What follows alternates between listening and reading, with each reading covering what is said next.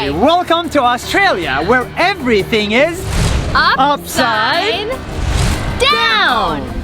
See, at any university, if you get a D on your exam, you have failed. But in Australia, D is great. It means distinction. There is no A. Tipping in Australia is not required. What you see here is what you pay. Unlike in the US, where you gotta pay tax and tip on top. In Australia, the water flushes the opposite way. People drive on the opposite side, and weather is the complete opposite. December is hot and July is cold.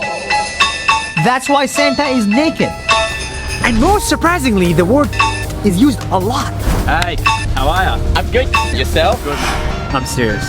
Water, weather, language, grades, tips, and distance are all done the opposite way. Maybe that's why they call Australia the country Down under! See you tomorrow. That's 1 minute.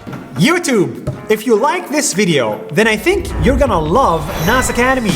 It's a new online school we just started to give you a voice. Yes, making videos has given me a voice, and with this voice, you can reach millions of people on the internet, tell them stories that you care about, and actually change their opinion. This skill of making videos changed my life, and I think it can change yours.